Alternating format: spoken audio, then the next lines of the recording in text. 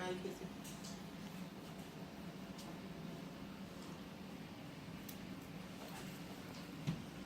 Audience members. Good evening, everybody. So to begin, I want to start off with a simple question. By show of hands, who believes that men are better at communicating than women? All right. I don't know. Now, who thinks that women are better at it? Yes. Okay. Well, no worries. I promise you that by the end of this presentation, you'll know who was correct. But in order to get there, I just want to go over some of the elements that determine how and why we communicate with one another in certain ways. And that'll include a little bit about biology. I'll talk about a little about how to interpret that information, and kind of finish with some tips on improving communication patterns. So first, if we compare to an apple to an orange, we know that they're similar because they're both fruits, but they're different because they have very distinctive taste and color, right? Right. So I like to think about us the same way, meaning males and females. We're both humans, so we're similar in that way, but we have very specific physical, chemical, and neurological differences. And a combination of that makes up what you call biological makeup.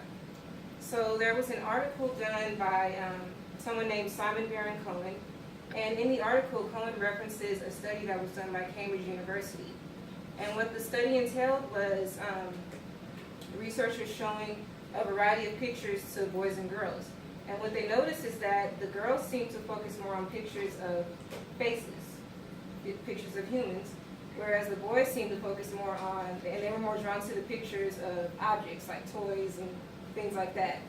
So along with that information, as well as our biological makeup, what they concluded is that females seem to be drawn more toward being empathetic responders. But males are more apathetic, which means that they show little to no emotion. So what do we do with that information? Well, there's an author that you might be familiar with by the name of John Gray, and he's the writer of Men Are From Mars, Women Are From Venus. And in that book, Gray says that we are all unique individuals with unique experiences. So it's simple. The things that one person goes through, the environment they're exposed to, might be completely different from the next person. And we have to have a sensitivity to that information so that we understand that this is one of the reasons why we communicate in certain ways. So that leads me to my last point of kind of leaving you with some tips on how to improve communication patterns. So along with being sensitive to one another's experiences and environments, there's a website called Psych Central. And on there they state that we should learn how to listen. We often hear without listening, and that can cause a major communication barrier. Another good tip comes from a linguist by the name of Deborah Tannen, and she says that we should try asking tag questions. Even if you're not familiar with that term, I'm sure you've used one at some point during a conversation. And an example would be to say something like, "That's a nice dress, isn't it?" Tannen says that by saying "isn't it" at the end of the statement, it softens the sting of a potential disagreement and invites open, friendly dialogue.